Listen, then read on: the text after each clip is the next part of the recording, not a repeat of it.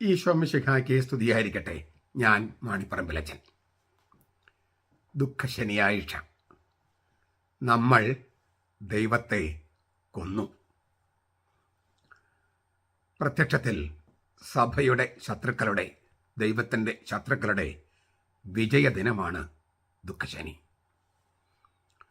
അതേസമയം ഈശോ നരകത്തിലേക്ക് ഇറങ്ങി വിജയം വരിച്ച ദിവസവുമാണ്. അതെ, ദൈവത്തിൻ്റെ മരണദിനമാണ് ദുഃഖശനിയാഴ്ച. ദുഃഖവെള്ളിയാഴ്ച നമ്മുടെ കണ്ണുകൾ ക്രൂശിക്കപ്പെട്ട ക്രിസ്തുവിലേക്ക് ഉറ്റുനോക്കുന്നു. ദുഃഖശനിയാഴ്ച ദൈവത്തിൻ്റെ മരണദിനമാണ്. ഈശോ മരിച്ചതിന് ശേഷം സംസ്കരിക്കപ്പെട്ട് മണ്ണിനടിയിലാണ്.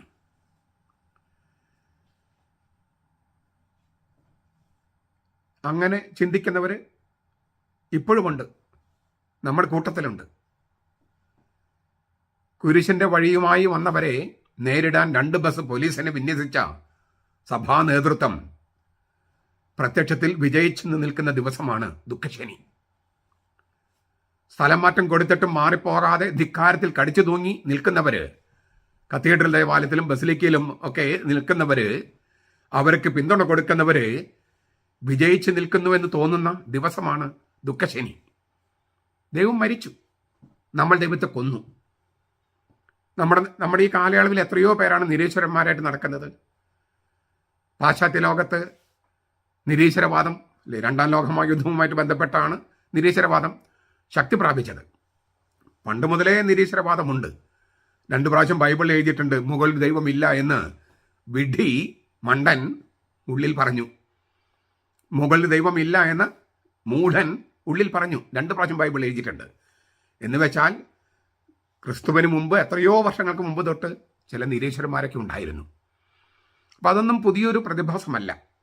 പക്ഷെ എന്നാലും ദൈവം മരിച്ചു, ദൈവത്തെ കൊന്നു, ദൈവത്തിൻ്റെ ആവശ്യമില്ല, ദൈവമുണ്ടെങ്കിൽ എന്തുകൊണ്ട് പ്രളയം, എന്തുകൊണ്ട് വയനാട് ഉരുൾപൊട്ടൽ, എന്തുകൊണ്ട് മനുഷ്യർ പട്ടിണി കൊണ്ട് മരിക്കണു, ദൈവത്തിന് ഇതൊക്കെ ശരിപ്പെടുത്താമായിരുന്നില്ലേ? ഇങ്ങനെ 100,000 ചോദ്യങ്ങൾ അവർ ചോദിക്കുന്നുണ്ട്. ദൈവമില്ലെങ്കിൽ പിന്നെ എന്തിനാ അവർ ദൈവത്തെക്കുറിച്ച് ചർച്ച ചെയ്യണം എന്നുള്ള കാര്യം മാത്രം ആ ചോദ്യത്തിന് ഇതുവരെ ഉത്തരം നൽകിയിട്ടില്ല. ദൈവമില്ല എന്ന് വിചാരിക്കുക, ദൈവം നിലനിൽക്കുന്നില്ല എന്ന് വിചാരിക്കുക. നിലനിൽക്കാത്ത ഒരു കാര്യത്തെക്കുറിച്ച് എന്തിനാണ് ഇവർ ഇത്രമാത്രം ബേജാറാകുന്നത്? ഇല്ലാത്ത കാര്യം അവഗണിച്ചു വിട്ടാൽ പോരെ?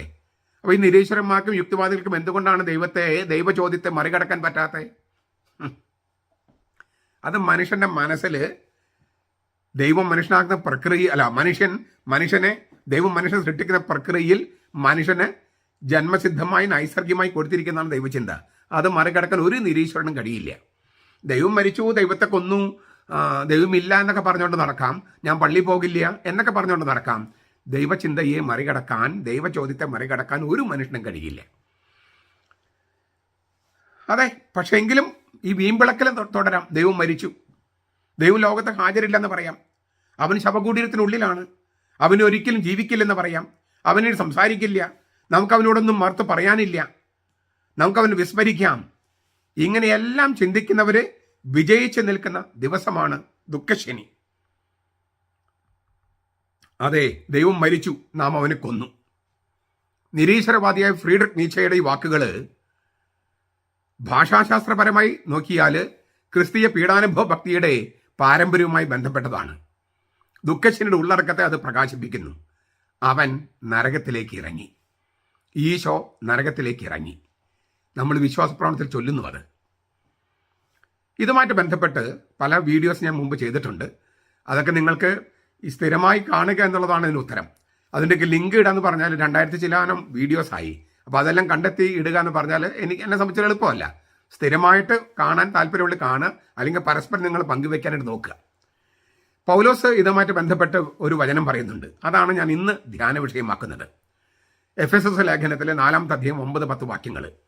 അതിനാൽ ഇപ്രകാരം പറഞ്ഞിരിക്കുന്നു, അവൻ ഉന്നതത്തിലേക്ക് കയറിയപ്പോൾ തടവുകാരെ കൂടെ കൊണ്ടുപോയി മനുഷ്യർക്ക് ദാനങ്ങൾ കൊടുത്തു. അവൻ കയറി എന്നതിനർത്ഥം അവൻ ഭൂമിയുടെ അധോഭാഗങ്ങളിലേക്ക് ഇറങ്ങിയെന്നു കൂടിയല്ലേ. ഇറങ്ങിയവൻ സകലത്തെയും നിറയ്ക്കേണ്ടതിന് സ്വർഗാധിസ്വർഗത്തിന് മീതെ കയറിയവനും ആകുന്നു. അവൻ ഉന്നതത്തിലേക്ക് കയറിയപ്പോൾ തടവുകാരെ കൂടെ കൊണ്ടുപോയി മനുഷ്യർക്ക് ദാനങ്ങൾ കൊടുത്തു. ഇതാണ് പൗലോസിൽ എഴുതിയിരിക്കുന്നത്. പഴയ നിയമത്തിലെ സങ്കീർത്തനം 68:18 ഇങ്ങനെ കാണാം: അങ്ങ് ഉന്നതത്തിലേക്ക് കയറി തടവുകാരെ പിടിച്ചു കൊണ്ടുപോയി. യാഹ് എന്ന ദൈവം അവിടെ വസിക്കേണ്ടതിന് നീ മനുഷ്യരോട് കലഹിക്കുന്നവരോട് കൂടെ തന്നെ കലഹിക്കുന്നവരോട് തന്നെ കാഴ്ചകൾ വാങ്ങിയിരിക്കുന്നു. ഇങ്ങനെയാണ് ഹീബ്രു ബൈബിളിൽ. ഇതിന്റെ ഗ്രീക്ക് വിവർത്തനം സെപ്തുജിന്ത് അവിടെ കാണുന്നത് ഇങ്ങനെയാണ്: അങ്ങ് ഉന്നതത്തിലേക്ക് കയറി അങ്ങ് അടിമത്തത്തെ അടിമയാക്കി അങ്ങ് അവരുടെ ഇടയിൽ വസിക്കേണ്ടതിന് അങ്ങ് മനുഷ്യരിൽ നിന്ന്, അതെ കലഹിക്കുന്നവരിൽ നിന്ന് പോലും കാഴ്ചകൾ സ്വീകരിച്ചു. ഈ മൂലപാഠം ഹീബ്രുവിലുള്ള മൂലപാഠമോ വചനമോ സെപ്തുജിന്ത് വിവർത്തനത്തിലുള്ള വചനമോ അല്ല. നേരെ അങ്ങ് പൗലോസ് എടുത്ത് എഴുതിയിരിക്കുകയല്ല. പൗലോസ് ഒരല്പം മാറ്റം വരുത്തിയിട്ടാണ് എഴുതിയിരിക്കുന്നത്. അവൻ ഉന്നതത്തിലേക്ക് കയറിയപ്പോൾ തടവുകാരെ കൂടെ കൊണ്ടുപോയി മനുഷ്യർക്ക് നല്ല ദാനങ്ങൾ കൊടുത്തു. ഈ പൗലോസിന്റെ ഈ വചനം അരാമിയ സുറിയാനി പതിപ്പുകളിലുള്ള വചനങ്ങളുമായിട്ട് പൊരുത്തപ്പെടുന്നതാണ്. എന്ന് വെച്ചാൽ ഹീബ്രു മൂലപാഠത്തിൽ ഇല്ലാത്തതും അതിന് വിവർത്തനമായ സെപ്തുജിന്തിൽ ഇല്ലാത്തതുമായ ചില സംഗതികൾ അരാമിയ സുറിയാനി പതിപ്പുകളിൽ ഉണ്ടായിരുന്നു. അത് ചില കാര്യങ്ങളിൽ അത് വളരെ പ്രാചീനമായ സംഗതിയാണ്. പൗലോസ് സുറിയാനി പതിപ്പിൽ നിന്നാണ് എഴുതി നമ്മൾ പറയാൻ പറ്റില്ല. പക്ഷെ അരാമിയ ഭാഷയിലുള്ള ആ വചനം പൗലോസിന് അറിവുണ്ടായിരുന്നു എന്ന് നമുക്ക് നിഗമനത്തിലെത്താൻ കഴിയും. ഏതായാലും പൗലോസ് ഹീബ്രു മൂലപാഠത്തിലോ അല്ലെങ്കിൽ സെപ്തുജിന്ത് വിവർത്തനത്തിലോ ഇല്ലാത്തതും അതേസമയം അരാമിയ സുറിയാനി പാഠങ്ങളുമായിട്ട് പൊരുത്തപ്പെടുന്നതുമായ ഒരു വചനമാണ് കോട്ട് ചെയ്തിരിക്കുന്നത്. എന്താണ് ഇതിന്റെ അർത്ഥമെന്നറിയാൻ ആദ്യം നമുക്ക് ഈ സങ്കീർത്തനത്തിന്റെ പശ്ചാത്തലം നോക്കാം. ഈ ഈജിപ്തിലെ അടിമത്തത്തിൽ നിന്ന് പുറത്തു കടന്ന ഇസ്രായേലര് യാഹ്വയുടെ പിന്നാലെ ജൈത്രയാത്ര നടത്തി യെറൂസലേമിലെ സിയോൻ മലയുടെ കൊടുമുടിയിലേക്ക് കയറി. ഈ വിജയഗാഥയാണ് സങ്കീർത്തകൻ വർണ്ണിക്കുന്നത്. യുദ്ധത്തിൽ വിജയം വരിക്കുന്ന ചക്രവർത്തി ജൈത്രയാത്ര നടത്തുകയും കൊള്ളവസ്തുക്കൾ തന്റെ പ്രജകൾക്ക് ദാനം ചെയ്യുകയും ചെയ്യുന്നത് പോലെ കർത്താവ് വിവിധ ദാനങ്ങൾ ഇസ്രായേലിയർക്ക് നൽകി. ഇതാണ് സങ്കീർത്തകൻ പറയണേ. പൗലോസിന്റെ വീക്ഷണത്തിൽ ഈ സങ്കീർത്തനം ക്രിസ്തു തിന്മയുടെ ശക്തികളെ കുരിശിൽ വെച്ച് നിരായുധരാക്കിയതിനു ശേഷം സ്വർഗീയ ജെറുസലേമിലേക്ക് കയറിപ്പോയതിനെ കുറിച്ചുള്ളതാണ്. കൊളോസസ് ലേഖനം 2:15. പെന്തക്കോസ്ത് നാളില് പരിശുദ്ധ റൂഹായുടെ ദാനം കർത്താവ് ക്രിസ്തു വർഷിച്ചപ്പോൾ അവന്റെ വിജയത്തില് നമ്മൾ സഭയും പങ്കുപറ്റാൻ തുടങ്ങി. സ്ലീഹന്മാരുടെ നടപടി 2:33. ഇതാണ് സങ്കീർത്തനത്തിന്റെ പശ്ചാത്തലം പൗലോസ് ഉദ്ദേശിക്കുന്ന ഒന്നാമത്തെ അർത്ഥം. പക്ഷേ നമുക്കതിന്റെ വിശദാംശങ്ങളിലേക്ക് കടക്കേണ്ടതുണ്ട്. പൗലോസ് പറയാണ്, അവൻ കയറി എന്നതിനർത്ഥം അവൻ ഭൂമിയുടെ അധോഭാഗങ്ങളിലേക്ക് ഇറങ്ങിയെന്ന് കൂടിയല്ലേ. അപ്പോൾ ഞാൻ പൊതുവായിട്ടുള്ള കാര്യം പറഞ്ഞിട്ട് നമുക്ക് ഇതിൻ്റെ ഈ കയറി ഇറങ്ങി എന്നതിൻ്റെ അർത്ഥങ്ങൾ നമുക്ക് അപഗ്രഥിക്കാം. ഈ 68 സങ്കീർത്തനത്തിൽ ദാവീദ് വർണ്ണിക്കുന്ന കർത്തൃവിജയം നസ്രത്തിൽ യേശു എങ്ങനെ നിവൃത്തിയാക്കിയെന്ന് പൗലോസ് വിശദമാക്കുകയാണ്. എങ്കിലും ഈ ഭൂമിയുടെ അധോഭാഗങ്ങളിലേക്ക് എന്ന വചനത്തിന്റെ അർത്ഥത്തെക്കുറിച്ച് വേദശാസ്ത്രങ്ങളുടെ ഇടയിൽ വിവിധ അഭിപ്രായങ്ങളുണ്ട്. ഒരു കൂട്ടര് പറയുന്നത് ഈ ഭൂമിയുടെ അധോഭാഗം എന്ന് പറയുന്നത് ഭൂമി തന്നെയാണ്. അതായത് മനുഷ്യാവതാരത്തിലൂടെ ക്രിസ്തു സ്വർഗത്തിൽ നിന്ന് ഭൂമിയിലേക്ക് ഇറങ്ങിയതാണ്. ഇതാണ് ഈ ഭൂമിയുടെ അധോഭാഗം എന്ന് പറയുന്നത് ഭൂമി തന്നെയാണ്. ഇതാണ് ഒരു കൂട്ടർ വ്യാഖ്യാനിക്കുന്നത്. അത് നരകമല്ല, പാതാളമല്ല എന്നാണ്. എന്നാൽ ബഹുഭൂരിപക്ഷം സഭാപിതാക്കന്മാരും വേദശാസ്ത്രികളും ഈ ഭൂമിയുടെ അധോഭാഗം എന്ന് പറയുന്നത് പാതാളമാണ് അല്ലെങ്കിൽ നരകമാണ് എന്നാണ് വ്യാഖ്യാനിക്കുന്നത്. ക്രിസ്തു പാതാളങ്ങളിലേക്ക് ഇറങ്ങുകയും 3-ാം ദിവസം മരിച്ചവരിൽ നിന്ന് ഉയർക്കുകയും ചെയ്തു. ഈ വ്യാഖ്യാനമാണ് കൂടുതൽ സ്വീകാര്യം. കാരണം മറ്റു ചില സങ്കീർത്തനങ്ങളിൽ ഇതിനോട് സാമ്യമുള്ള പ്രയോഗങ്ങളുണ്ട്.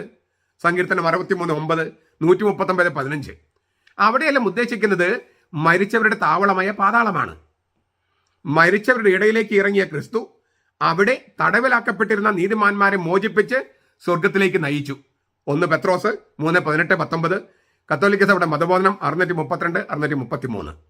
ചുരുക്കത്തില് തന്റെ മരണത്തിലൂടെ പ്രപഞ്ചത്തിന്റെ ഏറ്റവും ആഴത്തിലേക്ക് ഇറങ്ങിയ ക്രിസ്തു തന്റെ ഉത്ഥാനത്തിലൂടെ അതിന്റെ ഏറ്റവും ഉയരത്തിലേക്ക് കയറിയെന്ന് പൗലോസ് പഠിപ്പിക്കുന്നു. ഞാൻ ഒന്നുകൂടെ ആവർത്തിക്കുക. തന്റെ മരണത്തിലൂടെ പ്രപഞ്ചത്തിന്റെ ഏറ്റവും ആഴത്തിലേക്ക് ഇറങ്ങിയ ക്രിസ്തു തന്റെ ഉത്ഥാനത്തിലൂടെ അതിന്റെ ഏറ്റവും ഉയരത്തിലേക്ക് സ്വർഗത്തിലേക്ക് കയറിയെന്ന്, 7-ാം സ്വർഗത്തിലേക്ക് കയറിയെന്ന് പൗലോസ് പഠിപ്പിക്കുന്നു. സ്വാഭാവികമായിട്ട് നമുക്ക് പെട്ടെന്ന് എന്താ തോന്നുക, ഈ ഒരു സ്പേസിലൂടെ ഒരു യാത്ര പോലെ, ഒരു ശൂന്യാകാശ യാത്ര പോലെ. കർത്താവ് സ്വർഗത്തിൽ നിന്ന് ഭൂമിയിലേക്ക് വന്നു, പിന്നെ പാതാളത്തിലേക്ക് പോയി, പിന്നെ അവിടുന്ന് സ്വർഗത്തിലേക്ക് പോയി. ഒരു സ്പേസിലൂടെയുള്ള യാത്ര പോലെയാണ് പെട്ടെന്ന് തോന്നുക. അങ്ങനത്തെ ഒരു യാത്രയല്ല അത്. സ്പേസിലൂടെയുള്ള ഒരു യാത്രയല്ല അത്. ശൂന്യാകാശ യാത്രയല്ല. ഭൂമിയുടെ അധോഭാഗങ്ങളിലേക്ക് ഇങ്ങനെ കുഴൽക്കിണറിൽ പോകുന്ന പോലെ പോകുന്ന ഒരു യാത്രയല്ല. ഇതൊക്കെ നമ്മുടെ മനസ്സിൽ ചിത്രം അങ്ങനെ തോന്നിക്കുക. പക്ഷെ അതൊന്നും അല്ല ഉദ്ദേശിക്കുന്നത്. ക്രിസ്തുവിൻ്റെ പരമമായ താഴ്മയും ഉയർച്ചയും സൂചിപ്പിക്കാനുള്ള പ്രയോഗമാണത്. പ്രയോഗമാണെന്ന് കരുതിയിട്ട് യാഥാർത്ഥ്യത്തെ നിഷേധിക്കുന്നില്ല. നരകത്തിലേക്കുള്ള ഇറക്കം പോലെ സ്വർഗത്തിലേക്കുള്ള എടുക്കപ്പെടലും 3 നിലകളുള്ള ലോകത്തിന്റെ ചിത്രം വരച്ചു വെക്കുന്നെന്ന് കരുതരുത്. അതൊരു മിത്തിക്കൽ സങ്കല്പമാണ് ഇല്ലേ? 3 ലോകങ്ങൾ എന്നിട്ട് ലോകം ഉണ്ടോ? സ്വർഗം, ഭൂമി, നരകം. സ്വർഗം, ഭൂമി, പാതാളം, ഇങ്ങനെ 3 ലോകങ്ങൾ. അപ്പോൾ ഭൂമിയുടെ മുകളിൽ സ്വർഗം, ഭൂമിയുടെ താഴെ പാതാളം, അങ്ങനെയുള്ള 3 നിലകൾ, 3 തട്ടുകളുള്ള ഒരു പ്രപഞ്ച സങ്കല്പം അത് ശരിയല്ലല്ലോ. ശരിയല്ലെന്ന് എല്ലാ സയൻസ് പഠിക്കുന്ന എല്ലാവർക്കും അറിയാതെ, സാമാന്യ ബുദ്ധിയുള്ളവർക്കൊക്കെ അറിയാം. അപ്പം പെട്ടെന്ന് തന്നെ യുക്തിവാദികളും നിരീശ്വരന്മാരും പറയും സ്വർഗം മുകളിലോ നരകം താഴെയോ. എന്തൊക്കെയാണ് ഈ പറയുന്നത്? ലോകം എല്ലാവരുടെയും ലോകമല്ലേ? എല്ലാവരുടെയും ഭൗതിക നിയമങ്ങൾ ബാധകമല്ലേ? തത്വത്തിൽ എല്ലായിടവും ഒരേ തരം ഗവേഷണത്തിന് വിധേയമല്ലേ? അതിന് നിലകളുണ്ടോ? 3 തട്ടുകളുണ്ടോ? മുകളും താഴെയുമുണ്ടോ? ഇങ്ങനെയൊന്നുമില്ല. നിരീക്ഷകൻ എവിടെ നിൽക്കുന്നു എന്നതിനെ ആശ്രയിച്ച് നിൽക്കുന്ന സങ്കല്പങ്ങളല്ലേ ഇതെല്ലാം? എല്ലാം നിരീക്ഷിക്കാൻ സാധിക്കുന്ന കേവലമായ ഒരു കേന്ദ്ര ബിന്ദു ഉണ്ടോ? കേന്ദ്രസ്ഥാനമുണ്ടോ? ഇല്ല. അങ്ങനെ പ്രപഞ്ചത്തിന് ഇല്ല. തീർച്ചയായും ഭൂമി ലോകത്തിന്റെ കേന്ദ്രവുമല്ല. അതിനാൽ എല്ലാത്തിനെയും മുകള്, എല്ലാത്തിനും താഴെ എന്നൊന്നും പറയാൻ കഴിയില്ല. സവിശേഷമായൊരു ദിശ പ്രപഞ്ചത്തിനില്ല. കിഴക്ക് പടിഞ്ഞാറെന്നൊക്കെ നമുക്ക് എവിടെ നിൽക്കുന്നതിനെ ആശ്രയിച്ച് പറയാമെന്നല്ലാതെ പ്രപഞ്ചത്തിന് ദിശയില്ലല്ലോ. ഈ ശാസ്ത്രീയ കണ്ടുപിടുത്തങ്ങൾ ആരെങ്കിലും എതിർക്കുമെന്ന് തോന്നുന്നില്ല. 3 നിലകളുള്ള സംവിധാനം ചെയ്ത ലോകമില്ല, ലോകമല്ല. അപ്പോൾ കയറി ഇറങ്ങി എന്നെല്ലാമുള്ള സംഗതികൾ ആക്ഷരികമായിട്ട് എടുക്കാൻ കഴിയില്ലെന്നും ഇങ്ങനെയൊക്കെ അവതരിപ്പിക്കുന്ന ബൈബിള് മിത്തോളജിയാണെന്നും അതിനാൽ വേദത്താളുകൾ തന്നെ സത്യമല്ലെന്നും ചരിത്രത്തിലെ യേശു ജീവിച്ചിരുന്നില്ലെന്നും ഒക്കെ അതൊരു മിഥ്യയാണെന്നും ഒക്കെ പെട്ടെന്ന് അങ്ങ് ഈ യുക്തിവാദികളും നിരീശ്വരന്മാരും വാദിക്കും. എന്നാൽ ഇറങ്ങി കയറി എന്നതുകൊണ്ടൊക്കെ ബൈബിൾ ഉദ്ദേശിക്കുന്നത് ഇത്തരം ഒരു സ്പേസിലൂടെയുള്ള അല്ലെങ്കിൽ ഭൂമിയുടെ ഉള്ളിലേക്കുള്ള ഭൂമിയുടെ മുകളിലേക്കുള്ള അങ്ങനെയുള്ളൊരു യാത്രയല്ല. അങ്ങനെ മുകൾ താഴെ എന്നൊന്നും പറയാനില്ല. അങ്ങനെ ഒരു അനുമാനമല്ല നരകത്തിലേക്കുള്ള കർത്താവിൻ്റെ ഇറക്കം. സ്വർഗത്തിലേക്കുള്ള അവൻ്റെ കയറ്റവും അങ്ങനെയല്ല. കയറ്റം, ഇറക്കം എന്നീ വാക്കുകൾ ഒരു ബിംബകൽപ്പന നൽകുന്നുവെന്നല്ലാതെ അതല്ല ആ വിശ്വാസ സത്യങ്ങളുടെ യഥാർത്ഥ പൊരുള്. പിന്നെ എന്താണ് ഉദ്ദേശിക്കുന്നത്? ചരിത്രത്തിലെ യേശുവിലും ചരിത്രത്തിലെ യേശു നരകത്തിൽ ഇറങ്ങുകയും സ്വർഗത്തിൽ കയറുകയും ചെയ്ത യേശു എന്ന് പറഞ്ഞാൽ സ്പേസിലുള്ള 3 ചക്രവാളങ്ങൾ ഉൾക്കൊള്ളുന്ന പ്രപഞ്ചത്തിന് 3 നിലകളിലൂടെ പോയി എന്നല്ല. അതുകൊണ്ട് ചരിത്രത്തിൽ യേശുവിൽ വിശ്വസിക്കുന്ന മണ്ടത്തരമാണ്. കാരണം ഇങ്ങനെ സ്വർഗം മുകളിൽ നരകം താഴെ അങ്ങനെയുള്ള സങ്കല്പങ്ങളെ തന്നെ പ്രപഞ്ചത്തിന്റെ ആധുനിക വീക്ഷണത്തിന് യോജിക്കില്ല. അതുകൊണ്ട് ബൈബിൾ മുഴുവൻ തെറ്റാണ് എന്ന് വ്യാഖ്യാനിക്കുന്നവരുണ്ട്. അതൊന്നുമല്ല ഉദ്ദേശിക്കുന്നത്. പിന്നെന്താണ് മനുഷ്യാസ്തിത്വത്തിന്റെ സമ്പൂർണ്ണ പരപ്പിനെയാണ് ഈ ഇറക്കം, കയറ്റം എന്ന വാക്കുകൾ കൊണ്ട് ഉദ്ദേശിക്കുന്നത്. മനുഷ്യാസ്തിത്വത്തിന്റെ സമ്പൂർണ്ണ പരപ്പിനെയാണ് പ്രകാശിപ്പിക്കുന്നത്. എന്താണ് ഈ സമ്പൂർണ്ണ പരപ്പെന്ന് പറഞ്ഞാൽ? നമ്മളിപ്പോൾ ഭൂമിയിലല്ലേ? അതെ. അപ്പോൾ ഭൂമിയിൽ നമുക്കൊരു ജീവിതാവസ്ഥയില്ലേ? ഉണ്ട്. നമുക്കൊരു നരകാവസ്ഥയില്ലേ? ഉണ്ട്. നരകാവസ്ഥയുണ്ട്. സ്വർഗീയാവസ്ഥയില്ലേ? ഉണ്ട്. അപ്പോൾ മനുഷ്യന്റെ ഭൗമിക അവസ്ഥ, നരകാവസ്ഥ, സ്വർഗീയ അവസ്ഥ, ഈ മൂന്ന് അവസ്ഥകളിലൂടെയും കർത്താവ് കടന്നുപോയി എന്നാണ് ഉദ്ദേശിക്കുന്നത്. അവന്റെ ഇറക്കം എന്നതിന് 2 അർത്ഥമുണ്ട്. അവൻ നമ്മുടെ ഭൗമിക അവസ്ഥയിലേക്കും നമ്മുടെ നരകാവസ്ഥയിലേക്കും ഇറങ്ങി. അവൻ ഉന്നതത്തിലേക്ക് കയറിപ്പോയി എന്ന് പറഞ്ഞാൽ അവൻ നമ്മുടെ സ്വർഗീയ അവസ്ഥയിലേക്കും പോയി എന്നാണ്. അപ്പോൾ ഭൂമിയിലെ അവസ്ഥ, നരകാവസ്ഥ, സ്വർഗീയ അവസ്ഥ. അപ്പൊ എന്താണ് നരകം, എന്താണ് സ്വർഗം? ഇതൊക്കെ നമ്മൾ തിരിച്ചറിഞ്ഞാലേ കൃത്യമായിട്ടൊരു ഉത്തരം നമുക്ക് കിട്ടുള്ളൂ. നിങ്ങൾക്ക് ബെനഡിക്ട് മാർപ്പാപ്പയുടെ ക്രിസ്തുധർമ്മ പ്രവേശികയിൽ 401 മുതൽ 403 വരെ, 404 ആ വാക്യങ്ങൾ, ആ പേജുകളൊക്കെ ഒന്ന് വായിച്ച് നോക്കാം. ഇതവിടെ കാണാം. അപ്പം നമുക്കിതൊന്ന് നോക്കുക. ഈ ഇറങ്ങി കയറി എന്നുള്ള സംഗതികളുടെ വാക്കുകളുടെ അർത്ഥം നോക്കുക. എന്താണ് സ്വർഗം, എന്താണ് നരകം എന്നൊക്കെ അറിയാൻ, ഈ യേശു നരകത്തിലേക്ക് ഇറങ്ങി എന്ന് പറഞ്ഞാൽ എന്താണ് അർത്ഥം എന്നറിയാൻ ഭൂമിയുടെ താഴെയുള്ള സ്ഥലം അല്ലെങ്കിൽ പിന്നെ എവിടേക്കാണ് ഇറങ്ങിയത്? ഇതൊക്കെ മനസ്സിലാക്കാനായിട്ട് നമുക്കൊന്ന് ശ്രമിക്കാം. നമുക്ക് ആദ്യം തന്നെ ഈശോയുടെ മാമോദീസ രംഗം നോക്കുക. ഈശോയുടെ മാമോദീസ രംഗം, അവിടെ നരകത്തിലേക്കുള്ള ഇറക്കത്തിന്റെ ആദ്യ അർത്ഥം ധ്വനി കിടക്കുന്ന അവിടെയാണ്. പാപങ്ങളുടെ മോചനത്തിന് വേണ്ടിയുള്ള പശ്ചാത്താപത്തിന്റെ സ്നാനമാണ് യോഹന്നാൻ പരികർമ്മം ചെയ്യുന്നത്, സ്നാപയോഹന്നാൻ. അവിടേക്ക് പോയവരൊക്കെ പാപികളാണ്, അല്ലേ? പാപങ്ങളുടെ മോചനത്തിന് വേണ്ടിയുള്ള പശ്ചാത്താപ സ്നാനം, A baptism of repentance for the forgiveness of since. പാപങ്ങളുടെ മോചനത്തിന് വേണ്ടിയുള്ള പശ്ചാത്താപ സ്നാനം, മാനസാന്തര സ്നാനമാണ് യോഹന്നാൻ പരികർമ്മം ചെയ്തത്. പാപങ്ങളുടെ മോചനത്തിന് വേണ്ടി ചെന്നവരൊക്കെ പാപികളാണ്. അപ്പോൾ പാപികളെല്ലാവരും സ്നാപകന്റെ അടുത്തേക്ക് ചെന്നിരിക്കുക. അപ്പോൾ പാപികളുടെ ഒരു സ്ഥലമാണ് യോർദാൻ. പാപികൾ സമ്മേളിച്ചിരിക്കുന്ന ഒരു സ്ഥലം. അപ്പോൾ യോർദാൻ നദി എന്ന് പറയുന്നത് തന്നെ ഒരു നരകാവസ്ഥയാണ്. പാപം ചെയ്യുന്നവർ നരകത്തിലാണ്. പാപം ചെയ്യുമ്പോൾ നമ്മൾ മരണശിക്ഷയ്ക്ക് അർഹരാണ്. നമ്മൾ നരകാവസ്ഥയിലാണ് നമ്മൾ. ഇവിടെ ഈ യോർദാനിലേക്ക് എല്ലാവരും ചെന്നിരിക്കുന്നു. അവരെല്ലാം യോർദാൻ നദിയിൽ ഇറങ്ങുന്നു എന്ന് വെച്ചാൽ നരകാവസ്ഥയിലാണ് അവിടെ നിൽക്കുന്നത്. അവിടെ നിൽക്കുന്നവരെല്ലാവരും പാപികളാണ്. പാപം ചെയ്ത് മരണത്തിന് വിധേയരായി നരകാവസ്ഥയിലാണ്. അവിടേക്ക് പാപമില്ലാത്തവൻ ഇറങ്ങിച്ചെല്ലുകയാണ്. പാപമില്ലാത്തവൻ ഇറങ്ങിച്ചെന്നപ്പോൾ ഈശോ ഇറങ്ങിച്ചെന്നപ്പോൾ സ്നാപകൻ ഞെട്ടിപ്പോയി. നീ എന്താണ് ഇവിടെ? ഇത് പാപികളുടെ സ്ഥലമാണ്. ഞാൻ പാപിയായ ഞാൻ നിന്നിൽ നിന്ന് സ്നാനം സ്വീകരിക്കേണ്ടിയിരിക്കെ നീ എൻ്റെ അടുത്തേക്ക് വരുന്നുവോ?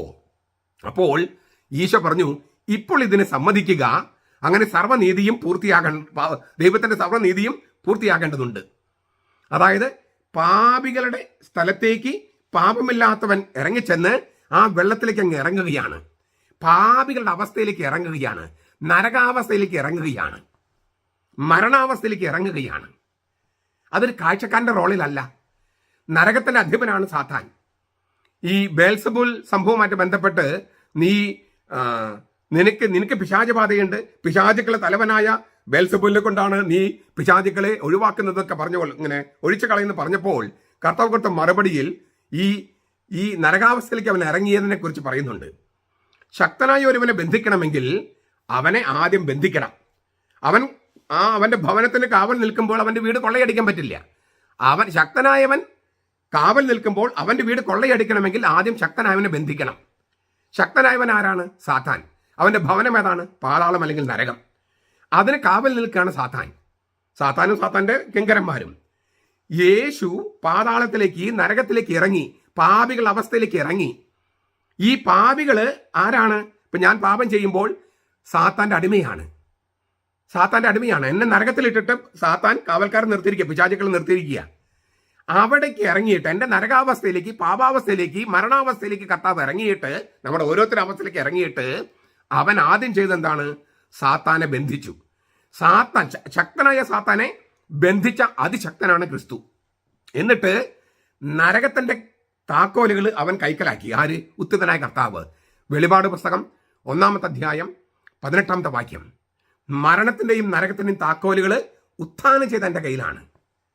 ഞാൻ മരിച്ചു, ഉത്ഥാനം ചെയ്തു. മരണത്തിന്റെയും നരകത്തിന്റെയും താക്കോലുകൾ എൻ്റെ കയ്യിലാണ്. ആരാ പറയുന്നത്? ഉത്ഥാനം ചെയ്ത ഈശോ പറയാണ്. മരണത്തിന്റെയും നരകത്തിന്റെയും താക്കോലുകൾ ഈശോ കൈക്കലാക്കി. സാത്താനെ ബന്ധിച്ചു. എന്നിട്ട് ഈ താക്കോൽ എടുത്തു, നരകത്തിന്റെ കവാടങ്ങൾ മലർക്കെ തുറന്നു. എന്നിട്ട് അവൻ വെള്ളത്തിൽ നിന്ന് കയറി. അപ്പൊ ആ വെള്ളം, ഈ യോർദാനുള്ള വെള്ളം, നമ്മൾ പൗരസ്ത്യ സഭകളുടെ ഐക്കണുകൾ പഠിക്കേണ്ടതാണ്. നമ്മുടെ പള്ളികളൊക്കെ ഉണ്ടായിരുന്നത് ഐക്കണുകളാണ്. ഇപ്പോഴത്തെ പോലെ ഈ വിഗ്രഹം വെക്കലില്ല. അത് പൗരസ്ത്യ പാരമ്പര്യമല്ല. നമ്മുടെ വീടുകളിലും വിഗ്രഹങ്ങൾ വെച്ചിരുന്നില്ല. ഇപ്പൊ അടുത്ത കാലത്ത് ഏതോ കുറച്ച് പേർക്ക് ഉണ്ടായ തെറ്റായ ഒരു ബോധോദയമാണ് രൂപങ്ങൾ വെക്കല്. നമ്മുടെ ഒരു വീടുകളിലും രൂപങ്ങൾ വെച്ചിരുന്നില്ല, ഒരു പള്ളിയിലും രൂപങ്ങൾ വെച്ചിരുന്നില്ല. ഐക്കണുകളാണ്. ഐക്കണുകൾ രൂപങ്ങളല്ല, വിഗ്രഹങ്ങളല്ല, ദൈവശാസ്ത്രപരമായ വ്യാഖ്യാനങ്ങളാണ്. ബൈബിള് പോലെയുള്ള വ്യാഖ്യാനമാണ് ഈ ഐക്കണുകൾ. ഈശോയുടെ മാമോദീസയുമായിട്ട് ബന്ധപ്പെട്ട ഐക്കണുകൾ, പൗരസ്ത്യ ഐക്കണുകൾ നോക്കുക. ജോർദാൻ നദിയെ ചിത്രീകരിച്ചിരിക്കുന്നത് കല്ലറയായിട്ടാണ്, കബറിടമായിട്ടാണ്. അതിലെ വെള്ളം കറുത്തിരണ്ട വെള്ളമാണ്. എന്നിട്ട് ചുറ്റും തീ പിടിക്കുകയാണ്. ഈ കല്ലറയ്ക്ക് ചുറ്റും തീ പിടിക്കുന്നു. യേശു മരണത്തിലേക്ക്, നരകത്തിലേക്ക് ഇറങ്ങി, അഗ്നിതടാകത്തിലേക്ക് ഇറങ്ങി. ഇതുകൊണ്ടാണ് ഈശോ തൻ്റെ ഈ യോർദാനിലെ മാമോദിസയും കുരിശുമരണവുമായിട്ട് ബന്ധിപ്പിച്ച കർത്താവ് എപ്പോഴും സംസാരിക്കുന്നത്, എനിക്ക് ഇനിയൊരു മാമോദിസ മുങ്ങാനുണ്ട്. ഈ യോർദാനിലെ മാമോദിസ കഴിഞ്ഞിട്ട് പറയാണ്, എനിക്കൊരു മാമോദിസ മുങ്ങാനുണ്ട്, അത് പൂർത്തിയാകുന്നവരെ ഞാൻ അസ്വസ്ഥനാണ്. ഈശോ ഉദ്ദേശിച്ച മാമോദിസ ഏതാണ്? കുരിശിലെ മരണം. അത് രണ്ടാമത്തെ മാമോദിസ, രക്തം കൊണ്ടുള്ള മാമോദിസ. അത് കഴിഞ്ഞവൻ കല്ലറയിലേക്ക് ഇറങ്ങുകയാണ്.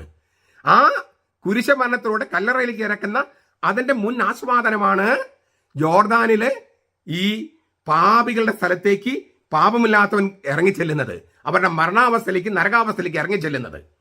എന്നിട്ട് പിശാചിനെ ബന്ധിച്ച് നരകത്തിന്റെയും മരണത്തിന്റെയും താക്കോലുകൾ കൈകളിലെടുത്ത് നരക കവാടങ്ങൾ മലർക്കി തുറന്നിടുന്നു, മരണ കവാടങ്ങൾ മലർക്കി തുറന്നിടുന്നു. ഇതുകൊണ്ടാണ് നരക കവാടങ്ങൾ, മരണ കവാടങ്ങൾ സഭയ്ക്കെതിരെ പ്രബലപ്പെടുകയില്ല എന്ന് കർത്താവ് പറഞ്ഞത്. കാരണം മരണത്തിന്റെയും നരകത്തിന്റെയും താക്കോൽ ആരുടെ കയ്യിലാ? സാത്താന്റെ കയ്യിലല്ല, മരിച്ച് ഉത്ഥാനം ചെയ്ത ക്രിസ്തുവിന്റെ കയ്യിലാ. വെളിപാട് 1:18. കാര്യം മനസ്സിലാവുന്നുണ്ടോ നിങ്ങൾക്ക്? എന്താണ് ഈ നരകാവസ്ഥ, മരണാവസ്ഥ?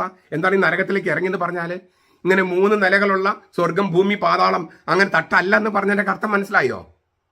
എന്താണ് യോർദാൻ നദിയിലെ മാമോദിസ എന്ന് മനസ്സിലായോ?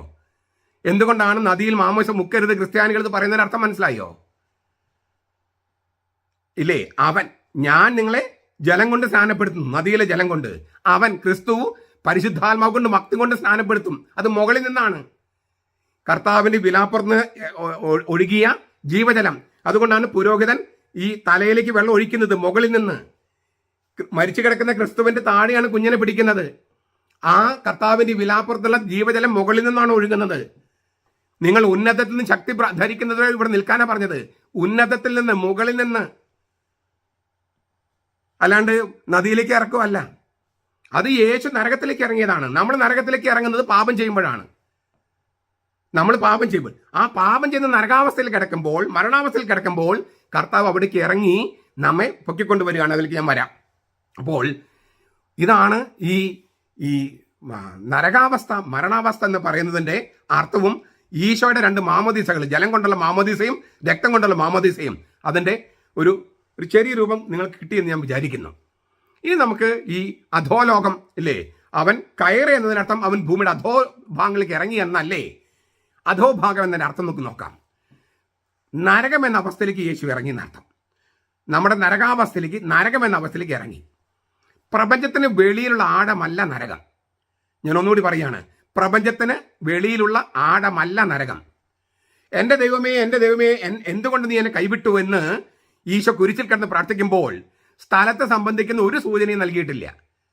എൻ്റെ ദൈവമേ, എൻ്റെ ദൈവമേ, എന്തുകൊണ്ട് നീ എന്നെ കൈവിട്ടു, അങ്ങനെ പറഞ്ഞുകൊണ്ട് കർത്താവ് മരിക്കുന്നത്. അതില് എവിടേക്കാണ് കൈവിട്ടതെന്ന് വല്ല സൂചനയുണ്ടോ? ഇല്ല. ദൈവം പുത്രനെ കൈവിട്ടതോടെ പുത്രൻ നരകത്തിലേക്ക് പതിച്ചു. ദൈവപിതാവ് പുത്രൻ തമ്പുരാനെ കൈവിട്ടതോടെ പുത്രൻ തമ്പുരാൻ നരകത്തിലേക്ക് വീണു. പക്ഷേ അതൊരു സ്ഥലമല്ല. ആ ആഴം മരണത്തിന്റെ താഴ്വാരം വരെ എത്തുന്നു. മരണത്തിന്റെ താഴ്വാരം വരെ എത്തുന്ന ആഴമാണിത്. എന്ന് വെച്ചാൽ നരകത്തിന്റെ എല്ലാ മാനങ്ങളെയും, എല്ലാ ചക്രവാളങ്ങളെയും യേശു ആശ്ലേഷിച്ചു എന്നാണ് ഭൂമിയുടെ അധോഭാഗങ്ങളിലേക്ക് ഇറങ്ങി എന്നതിനർത്ഥം. നരകത്തിന്റെ, മരണത്തിന്റെ എല്ലാ ചക്രവാളങ്ങളെയും യേശു ആശ്ലേഷിച്ചു എന്നാണ് ഭൂമിയുടെ അധോഭാഗങ്ങളിലേക്ക് അവൻ ഇറങ്ങി എന്നതിനർത്ഥം. ഞാൻ വളരെ സിമ്പിളായിട്ട് പറയാം. പാപത്തിലുള്ള ശിക്ഷ എന്താണ്? മരണമാണ്. ഈ വിലക്കപ്പെട്ട കനി തിന്നുന്ന ദിവസം നീ മരിക്കും. എന്ന് വെച്ചാൽ ദൈവസന്നിധിയിൽ നിന്നും പുറത്താക്കപ്പെടും. പാപം ചെയ്യുന്ന മനുഷ്യന്റെ അസ്തിത്വം എത്തിപ്പെടുന്ന, വീണു പോകുന്ന ഏറ്റവും താഴെയുള്ള അറ്റമാണ്, അടിത്തട്ടില്ലാത്ത ആഴമാണ് നരകം. പാപം ചെയ്യുന്ന മനുഷ്യൻ നരകത്തിലാണ്. മനുഷ്യ സ്വഭാവത്തിന്റെ ഒരു ചക്രവാളമാണ് ഈ നരകം. പാപം ചെയ്യുന്ന മനുഷ്യന്റെ അസ്തിത്വം എത്തിപ്പെടുന്ന, വീണു പോകുന്ന ഏറ്റവും താഴെയുള്ള അറ്റമാണ്, അടിത്തട്ടില്ലാത്ത ആഴമാണ് നരകം എന്ന് പറയുന്നത്. എല്ലാ മനുഷ്യരുടെയും അസ്തിത്വം ഇങ്ങനെയുള്ള ആഴത്തെ അഥവാ നരകത്തെ സ്പർശിക്കുന്നുണ്ട്. ഇതിനെ നമ്മൾ നരകാവസ്ഥ എന്ന് പറഞ്ഞത്. എല്ലാ മനുഷ്യരുടെയും അസ്തിത്വം ഇങ്ങനെയുള്ള ഒരു ആഴത്തെ, അടിത്തട്ടില്ലാത്ത ഒരു ആഴത്തെ, നരകത്തെ സ്പർശിക്കുന്നുണ്ട്. പാപം ചെയ്യുമ്പോഴും തിന്മ ചെയ്യുമ്പോഴും അല്ലാത്തപ്പോഴും ഇല്ല, എല്ലാവരും ഒറ്റപ്പെടുത്തുന്നു, കുറ്റപ്പെടുത്തുന്നു, നമ്മൾ തെറ്റ് ചെയ്യാതിരിക്കെ കുറ്റപ്പെടുത്തുന്നു. ഇനി മതിയായി, എനിക്ക് മതിയായി. എത്രയോ പേര് പറയുന്നു എനിക്ക് മതിയായി. നരകാവസ്ഥ. എന്ന് വെച്ചാൽ പാപം ചെയ്ത മനുഷ്യരെല്ലാവരും, ഒറ്റപ്പെടുത്തപ്പെടുന്ന മനുഷ്യരെല്ലാവരും നഷ്ടപ്പെട്ട കുഞ്ഞാടായി കിടക്കുന്നത് നരകാവസ്ഥയിലാണ്. നഷ്ടപ്പെട്ട ആടിനെ തേടി വന്ന ക്രിസ്തു മനുഷ്യന്റെ നരകാവസ്ഥയിലേക്ക് ഇറങ്ങുകയും ആ നഷ്ടപ്പെട്ടു പോയ ആടിനെ തോളിലേറ്റി പൊക്കിക്കൊണ്ടുവരികയും ചെയ്യുന്നു. പാപം ചെയ്യുന്ന ആള് നരകാവസ്ഥയിലാണ്, നഷ്ടപ്പെട്ട ആടാണ്. ആ നഷ്ടപ്പെട്ട ആടിനെ തേടി വന്ന ആട്ടിടയനായ, നല്ല ഇടയനായ ഈശോ നഷ്ടപ്പെട്ട് കിടക്കുന്ന ആടുകൾ നരകത്തിലാണ്. ആ നരകാവസ്ഥയിലേക്ക് ഇറങ്ങി ആ നഷ്ടപ്പെട്ട് കിടക്കുന്നവരെ തോളിലേറ്റി പൊക്കിക്കൊണ്ടുവരുന്നു. ഇത് ഇപ്പൊ വളരെ കറക്റ്റല്ലേ? കുറച്ചുകൂടി മനസ്സിലാകും കുറച്ചുകൂടി മുന്നോട്ട് പോകുമ്പോൾ. ഇനി നമുക്ക് കയറി എന്ന വാക്കിന് അർത്ഥം കൂടി നോക്കാം, ഇല്ലേ? അവൻ കയറി എന്നതിനർത്ഥം അവൻ ഭൂമിയുടെ അധോഭാഗങ്ങൾക്ക് ഇറങ്ങി എന്ന് കൂടിയല്ലേ? ഇറങ്ങിയവൻ സകലത്തെയും നിറയ്ക്കേണ്ടതിന് സ്വർഗാദി സ്വർഗത്തിന് മീതെ കയറിയവനുമാകുന്നു. കയറിയവൻ എന്താണ് ഈ കയറ്റം എന്ന് പറഞ്ഞാൽ? തീർച്ചയായിട്ടും ക്രിസ്തുവിന്റെ സ്വർഗാരോഹണത്തിലേക്കുള്ള സൂചനയാണിത്. സ്വർഗവും ക്രിസ്തുവിന്റെ സ്വർഗാരോഹണവും അഭേദ്യമായി ബന്ധപ്പെട്ട് കിടക്കുന്നു. അപ്പൊ എന്താണ് സ്വർഗം എന്ന് നമ്മൾ അറിയേണ്ടതുണ്ട്.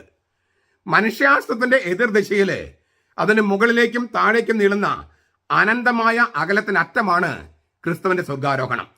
മനുഷ്യന്റെ അസ്തിത്വത്തിന്റെ എതിർദിശയിൽ അതിന് മുകളിലേക്കും താഴേക്കും നീളുന്ന അനന്തമായ അകലത്തിന്റെ അറ്റമാണ് ക്രിസ്തുവിന്റെ സ്വർഗാരോഹണം. എന്ന് വെച്ചാൽ ലോകത്തിന് മുകളിലുള്ള ശാശ്വതമായ ഒരു സ്ഥലമല്ല സ്വർഗം. ലോകത്തിന് മുകളിലുള്ള ശാശ്വതമായ സ്ഥലമല്ല സ്വർഗം. നിത്യമായ ഭൗതികാന്തര പ്രദേശവുമല്ല. ദൈവത്തിന്റെ ഉണ്മയുമായി മനുഷ്യൻ എന്ന ജീവിയുടെ ബന്ധമാണ് സ്വർഗം. ദൈവത്തിന്റെ ഉണ്മ, ബീയിങ്, ദൈവത്തിന്റെ ആളത്വവുമായി മനുഷ്യൻ എന്ന ജീവിയുടെ ബന്ധമാണ് സ്വർഗം. ഇത് നമ്മുടെ ബ്രെയിനിൽ ഇങ്ങനെ വരച്ചിടണം കേട്ടോ. ലോകത്തിന് മുകളിലുള്ള ശാശ്വതമായ ഒരു സ്ഥലമല്ല സ്വർഗം. നിത്യമായ ഭൗതികാന്തര പ്രദേശവുമല്ല അത്. ദൈവത്തിന്റെ ഉണ്മയുമായി മനുഷ്യൻ എന്ന ജീവിയുടെ ബന്ധമാണ് സ്വർഗം. എന്ന് വെച്ചാൽ കുറച്ചുകൂടി വ്യക്തമാക്കാം.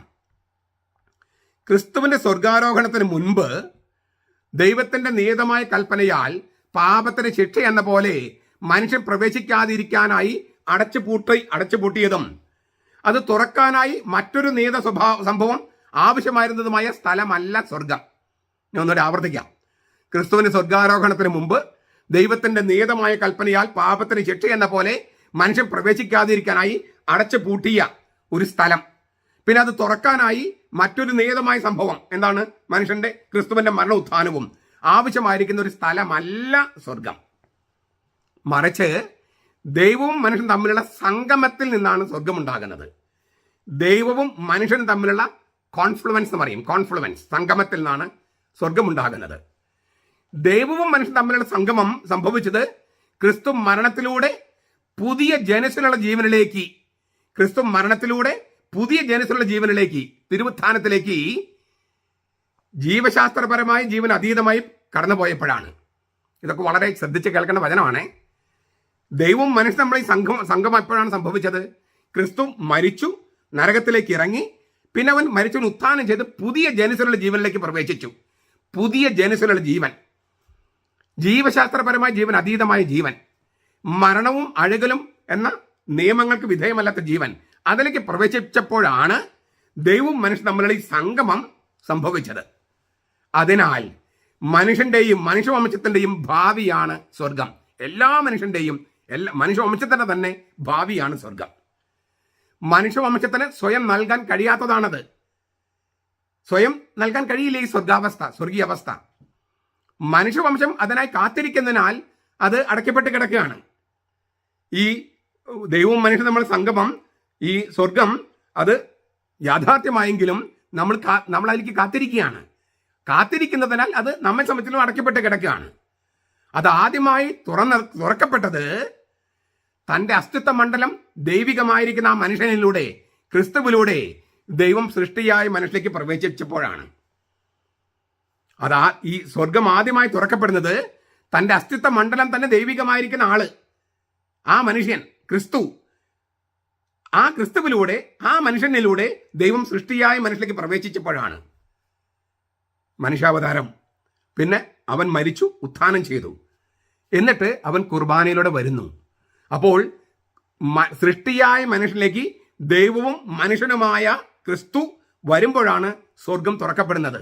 കാരണം ദൈവവും മനുഷ്യനും തമ്മിലുള്ള സംഗമമാണ് സ്വർഗം.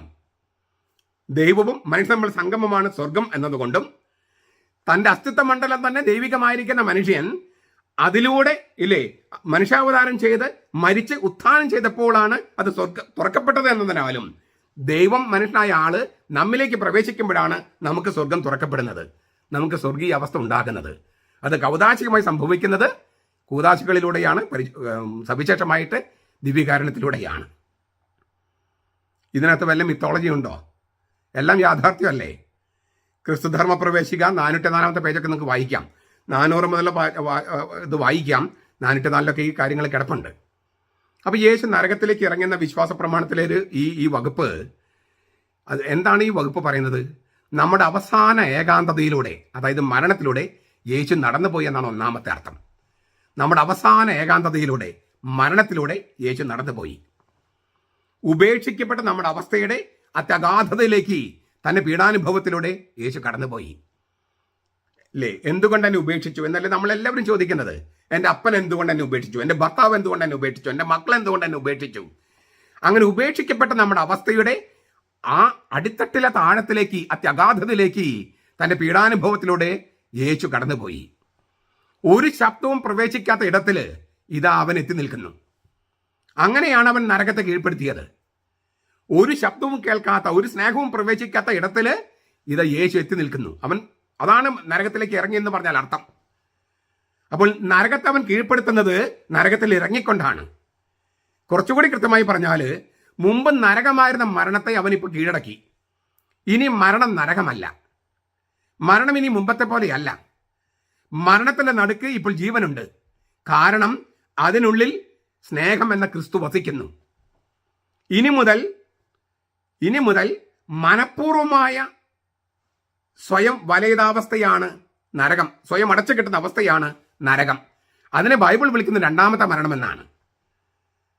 വെളിപാട് 20:14. അതായത് ദൈവത്തിന്റെ സ്നേഹം എന്നിൽ പ്രവേശിക്കരുത്, കർത്താവിന്റെ സ്നേഹം എന്നിലേക്ക് പ്രവേശിക്കരുത്, ആരും എന്നിലേക്ക് വരരുത്, ഞാൻ മാത്രമാണ്. ഇങ്ങനെ സ്വയം വളച്ചു കെട്ടി സ്നേഹത്തിന്റെ ഒരു പ്രകാശവും, ദൈവത്തിൽ ഒരു പ്രകാശവും പ്രവേശിക്കാതിരിക്കാൻ സ്വയം അടച്ചു പൂട്ടപ്പെട്ട അവസ്ഥയിൽ ഇരുന്നാൽ അത് രണ്ടാമത്തെ മരണമാണ്. അതാണ് ഈശോയുടെ ഉത്ഥാനത്തിന് ശേഷം ഈ നരകത്തിന്റെ അവസ്ഥ. ഈ മരണം എന്ന നരകാവസ്ഥയെ അവൻ തകർത്തു. ഇനി രണ്ടാമത്തെ മരണമുണ്ട്. അത് കത്തോലിക്ക സഭയുടെ മതബോധനം പഠിപ്പിക്കുന്നത് വളരെ കറക്റ്റാണ്. നമ്മളൊരു മാരക പാപം ചെയ്യുകയും ആ പാപത്തിൽ മരണം വരെ പശ്ചാത്തപിക്കാൻ നിലനിൽക്കുകയും ചെയ്താൽ അതിനെയാണ് രണ്ടാമത്തെ മരണം എന്ന് പറയുന്നത്. നമ്മൾ പാപം ചെയ്താൽ നരകത്തിലാണ്. ആ നരകാവസ്ഥ കർത്താവ് തകർത്ത് കളഞ്ഞിട്ടുണ്ട്. അത് നമ്മൾ അനുഭവിക്കുന്നത് കുമ്പസാരം എന്ന കൂദാശയിലൂടെയാണ്. അത് സ്വീകരിക്കാതെ ഞാൻ നരകത്തിൽ തന്നെ കിടക്കുന്നോട്ടെ, ഞാൻ പാപത്തിൽ തന്നെ കിടന്ന് ഉരുളുകയുള്ളൂ, ഞാൻ പശ്ചാത്തപിക്കില്ല, ദൈവത്തിന്റെ പ്രകാശം, സ്നേഹത്തിന്റെ പ്രകാശം എനിക്ക് കടക്കണ്ട എന്ന് സ്വയം തീരുമാനിച്ച് കിടന്നാൽ അപ്പൊ നമ്മൾ രണ്ടാമത്തെ മരണത്തിലാണ്. പാപം ചെയ്യുന്നവൻ നരകത്തിലാണ്. അത് ഒന്നാമത്തെ നരക. ആ നരകത്തിലേക്കാണ് കർത്താവ് ഇറങ്ങിയത്. ആ മരണത്തെയാണ് അവൻ അവിടെ സ്നേഹം വെച്ചു, അവിടെ പശ്ചാത്താപം വെച്ചു, കാരുണ്യം വെച്ചു. ഈ കാരുണ്യമൊക്കെ നമ്മൾ അനുഭവിക്കുന്നതാണ് കുമ്പസാരം എന്ന കൂദാശ. അത് സ്വീകരിക്കാതെ ഈ മാരകമായ പാപത്തിൽ തന്നെ കിടന്ന് ഉരുളുക, ദൈവത്തിന്റെ പ്രകാശം, കാരുണ്യത്തിന്റെ പ്രകാശം, സ്നേഹത്തിന്റെ പ്രകാശം എന്നിലേക്ക് വരണ്ട, ഒരു പാപമോചനം എനിക്ക് വേണ്ട എന്ന് സ്വയം അടച്ചു പൊട്ടപ്പെട്ട അവസ്ഥയിൽ കിടക്കുമ്പോൾ രണ്ടാമത്തെ മരണത്തിലാണ് നാം. എന്ന് വെച്ചാൽ ഈ ഒന്നാമത്തെ മരണം എന്ന് നമ്മൾ പറഞ്ഞല്ലോ, ഒന്നാമത്തെ നരകം, മരണം എന്ന് പറയുന്ന പാപം ചെയ്യുമ്പോഴുള്ള മരണാവസ്ഥ, ഒന്നാമത്തെ നരകം എന്ന് പറയുന്ന അവസ്ഥ, ആ തണുത്ത് വിറങ്ങലിച്ച ഏകാന്തതയിലേക്ക് കർത്താവ് ഇറങ്ങിയത് കൊണ്ട് ഇപ്പോൾ ആ നരകാവസ്ഥയിൽ നമ്മൾ വീണിട്ടുണ്ടെങ്കിൽ, പാപാവസ്ഥയിൽ വീണിട്ടുണ്ടെങ്കിൽ, ഉപേക്ഷിക്കപ്പെട്ട അവസ്ഥയിൽ ഉണ്ടെങ്കിൽ നമുക്ക് പേടിക്കേണ്ട കാര്യമില്ല. അവിടേക്ക് കർത്താവ് ഇറങ്ങിയിരിക്കുന്നു. എന്നിട്ട് അവന്റെ തോളിൽ നമ്മൾ എടുത്തു വെച്ച് അവൻ നമ്മൾ പൊക്കിക്കൊണ്ടുവരുന്നു. അതിനെ സമ്മതിച്ചില്ലെങ്കിൽ നമ്മൾ രണ്ടാമത്തെ മരണത്തിലാണ്. ചുരുക്കത്തില് നമ്മൾ പാപം ചെയ്യുമ്പോൾ ഉണ്ടാകുന്ന മരണമെന്ന തണുത്തു വിറങ്ങലിച്ച ഏകാന്തതയിലേക്കുള്ള പാതയല്ല, ഷിയോളിന്റെ കവാടങ്ങൾ തുറക്കപ്പെട്ട് കിടക്കുകയാണ് ഇപ്പോൾ. അവിടേക്ക് കർത്താവ് ഇറങ്ങി, നരകത്തിലേക്ക് ഇറങ്ങി. ആ നരകത്തിന്റെ താക്കോലുകൾ, മരണത്തിന്റെ താക്കോലുകൾ കർത്താവ് കൈക്കലാക്കി ഈ നരകത്തിന്റെ മരണത്തിന്റെ വാതിൽ തുറക്കപ്പെട്ട് കിടക്കുക. അപ്പോൾ തണുത്തു പറങ്ങൽ ഏകാന്തതയിലേക്കുള്ള ഒരു പാതയല്ല ഇനി മരണം. ഷിയോളിന്റെ കവാടങ്ങൾ തുറക്കപ്പെട്ട് കിടക്കുകയാണ്, നരകത്തിന്റെ കവാടങ്ങൾ തുറക്കപ്പെട്ട് കിടക്കുകയാണ്. അതുകൊണ്ട് നരക കവാടങ്ങൾക്ക്, മരണ കവാടങ്ങൾക്ക് നമുക്കെതിരെ, സഭയ്ക്കെതിരെ പ്രബലപ്പെടാൻ കഴിയില്ല. കാരണം അവിടെ കർത്താവ് അവിടേക്ക് ഇറങ്ങി മരണത്തിനുള്ളിൽ ജീവൻ വെച്ചിരിക്കുന്നു, നരകത്തിനുള്ളിൽ സ്നേഹം വെച്ചിരിക്കുന്നു. രണ്ടാമത്തെ മരണമുണ്ട്, അത് ഞാൻ പറഞ്ഞു കഴിഞ്ഞാൽ എന്താണെന്ന്. ഇപ്പോഴ് ഈ യേശു നരകത്തിലേക്ക് ഇറങ്ങി എന്ന ആ വിശ്വാസ പ്രമാണത്തിന്റെ വകുപ്പിന് അർത്ഥങ്ങൾ വന്നത് കണ്ടോ? ഈ സഭാപിതാക്കന്മാർ ഉപയോഗിച്ച ചില വാക്കുകൾ നോക്കുക. അതായത് മരിച്ചവരിലേക്ക് മാർഗമുണ്ടാക്കി എന്നാണ് സഭാപിതാക്കന്മാർ പറഞ്ഞത്. മരിച്ചവരിലേക്ക് മാർഗമുണ്ടാക്കി. മരണത്തിന്റെ കവാടം തുറക്കുക എന്ന് പറഞ്ഞാൽ അർത്ഥം മനസ്സിലായില്ലേ? ഇനി അത് മിത്തോളജിയാണോ? ഇല്ലേ? സ്വർഗം മുകളിലാണോ, നരകം താഴെയാണോ ചോദിച്ചു. അതൊക്കെ മിത്തോളജി അല്ലേ? അങ്ങനെ പ്രപഞ്ചത്തിന് ദിശയുണ്ടോ? അതുകൊണ്ട് ഈ ബൈബിൾ പറഞ്ഞിരിക്കും മുഴുവൻ മിത്തോളജിയാണ് എന്നൊക്കെ പറഞ്ഞിരുന്നത് ഇവിടെ മിത്തോളജിയാണോ പറയുന്നത്? അല്ലല്ലോ. നമ്മുടെ കവികളൊക്കെ പാടുന്ന പാട്ടുകൾ കേട്ടിട്ടില്ലേ? നരകാവസ്ഥയെക്കുറിച്ച്, സ്വർഗീയാവസ്ഥയെക്കുറിച്ചുമുണ്ട്. ഇതൊക്കെ നമുക്ക് 3 അവസ്ഥകളാണുള്ളത്. ഒന്ന് ഭൗമിക അവസ്ഥ, ഭൂമിയിലായിരിക്കുന്ന അവസ്ഥ. അതിൽ തന്നെ നരകാവസ്ഥയുണ്ട്, സ്വർഗീയാവസ്ഥയുണ്ട്. ഈ 3 ചക്രവാളങ്ങളിൽ, മനുഷ്യന്റെ അസ്തിത്വത്തിന്റെ 3 ചക്രവാളങ്ങളിലൂടെയും കർത്താവ് കടന്നുപോയി എന്നാണ് ഇതിന്റെ അർത്ഥം. അധോഭാഗങ്ങൾക്ക് ഇറങ്ങുക, കയറി പോകുക എന്നൊക്കെ പറഞ്ഞതിന്റെ അർത്ഥം അതാണ്. എത്രയോ യാഥാർത്ഥ്യമാണിത്. അങ്ങനെയെങ്കിൽ യേശുവിന്റെ മരണത്തിന്റെ മണിക്കൂറിൽ സംഭവിച്ച ഒരു സംഗതി മത്തായി എഴുതിയിരിക്കുന്നത് ആദ്യം മിത്തോളജിയും തോന്നുകയും എന്നാൽ ഇപ്പോൾ നമ്മുടെ കണ്ണ് തുറക്കുന്ന ഒരു അനുഭവമേ മാറുകയും ചെയ്യുന്ന സംഗതിയുണ്ട്. മത്തായി 27:52. നിദ്ര പ്രാപിച്ചിരുന്ന പല വിശുദ്ധന്മാരുടെയും ശവകുടീരങ്ങൾ തുറക്കപ്പെട്ടു, അവർ ശരീരങ്ങൾ ഉയർപ്പിക്കപ്പെട്ടു. പിന്നെ കർത്താവ് ഉത്ഥാനം ചെയ്തു കഴിയുമ്പോൾ അവർ പലർക്കും പ്രത്യക്ഷപ്പെട്ടു. കർത്താവിന്റെ മരണസമയത്ത് നിദ്ര പ്രാപിച്ചിരുന്ന പല വിശുദ്ധന്മാരുടെയും ശവകുടീരങ്ങൾ തുറക്കപ്പെട്ടു, അവർ ശരീരങ്ങൾ ഉയർപ്പിക്കപ്പെട്ടു. മരണത്തിലേക്ക് കർത്താവ് ഇറങ്ങിയപ്പോൾ, നരകത്തിലേക്ക് ഇറങ്ങിയപ്പോൾ ശവകുടീരങ്ങൾ തുറക്കപ്പെട്ടു, അവർ ശരീരങ്ങൾ ഉയർപ്പിക്കപ്പെട്ടു. മരണത്തിനുള്ളിൽ ജീവനും സ്നേഹവും വസിക്കുന്നതിനാൽ മരണ കവാടങ്ങൾ തുറക്കപ്പെട്ട് കിടക്കുന്നു, നരക കവാടങ്ങൾ തുറക്കപ്പെട്ട് കിടക്കുന്നു. ഈ നരകം എന്ന് പറയുമ്പോൾ നമ്മൾ ഇല്ലേ, മരണം, നരകം, അത് എന്താ പറയുക, സിനോണിമം എന്ന് പറയില്ലേ? മരണം എന്ന് പറഞ്ഞാൽ നരകം, നരകം എന്ന് പറഞ്ഞാൽ മരണം. പക്ഷേ രണ്ടാമത്തെ മരണം എന്ന് പറഞ്ഞ സംഗതിയുണ്ട് അല്ലേ? അത് ആ മരണത്തെക്കുറിച്ച് നമ്മൾ, രണ്ടാമത്തെ മരണം, നരകം, അത് ഞാൻ പറഞ്ഞു കഴിഞ്ഞാൽ എന്താണെന്ന്. ഈ നരകാവസ്ഥ, നമ്മൾ പാപം ചെയ്ത നരകാവസ്ഥയിലേക്ക് വീഴുന്നു, മരണാവസ്ഥയിലേക്ക് വീഴുന്നു. അവിടെ കർത്താവ് ഇറങ്ങിയിട്ടുണ്ട്. കർത്താവ് നമ്മൾ പൊക്കിക്കൊണ്ടുവരാൻ തയ്യാറുമാണ്. അതിന് സമ്മതിക്കാതിരുന്നാൽ, മാരക പാപം ചെയ്തിട്ട് അത് പശ്ചാത്തപിക്കാതെ നരകത്തിൽ തന്നെ കിടക്കാൻ തീരുമാനിച്ചു കഴിഞ്ഞാൽ, അത് നമ്മൾ സ്വയം തീരുമാനിച്ചു കഴിഞ്ഞാൽ, പശ്ചാത്തലം തയ്യാറല്ലെങ്കിൽ നമ്മൾ രണ്ടാമത്തെ നരകത്തിലാണ്. അവിടെ നിന്ന് രക്ഷിക്കാൻ, കർത്താവിനെ രക്ഷിക്കാൻ കഴിയില്ല. വെളിപാട് 20:14. അപ്പോൾ എന്താണ് മരണകവാടങ്ങൾ തുറക്കപ്പെട്ട് കിടക്കുന്നു, നരക കവാടം തുറക്കപ്പെട്ട് കിടക്കുന്നു ഒക്കെ കാര്യം മനസ്സിലായല്ലോ. ഇനി നരക കവാടങ്ങൾക്ക് സഭയ്ക്കെതിരെയോ നമുക്കെതിരെയോ പ്രബലപ്പെടാൻ കഴിയുമോ? മരണ കവാടങ്ങൾക്ക് പ്രബലപ്പെടാൻ കഴിയുമോ? കർത്താവിന് സഭയ്ക്കെതിരെ പ്രബലപ്പെടാൻ കഴിയുമോ? ഇല്ല. ദൈവം മരിച്ചു, ഞങ്ങൾ ദൈവത്തെ കൊന്നു എന്നെല്ലാം നിരീശ്വരന്മാർക്കും വിമതന്മാർക്കും അൽമായ മുന്നേറ്റക്കാർക്കും വീമ്പിളക്കാം. കർത്താവിന് കൊന്ന് കല്ലറയിൽ അടക്കി, കല്ലുരുട്ടി വെച്ച് കല്ലറ ഭദ്രമാക്കി, കാവലിനായി മണവാളന്മാരെ പോലുള്ള വിമത വൈദികരെയും അൽമായ മുന്നേറ്റ ഗുണ്ടകളെയും ഏർപ്പാടാക്കി, അതിനുള്ള അനുവാദം പീലാത്തോസുമാരിലും കൈക്കലാക്കി എന്നെല്ലാം വീമ്പിളക്കാം. പക്ഷേ അതെല്ലാം പൊട്ടിപ്പിളർന്ന് ഈശോ ഉയർത്തെഴുന്നേറ്റു. ആ ഉയർപ്പിൽ സഭയുടെ ഉയർപ്പും ഞങ്ങളുടെ ഉയർപ്പും ഉണ്ടെന്ന് ഞങ്ങൾ വിശ്വസിക്കുന്നു. നമ്മുടെ കർത്താവ് ഈശോ മിശിഹായുടെ കൃപയും പിതാവായ ദൈവത്തിന്റെ സ്നേഹവും പരിശുദ്ധാത്മാവിന്റെ സഹവാസവും നാം എല്ലാവരോടും കൂടി ഉണ്ടായിരിക്കട്ടെ, ഇപ്പോഴും എപ്പോഴും എന്നേക്കും. ആമേൻ.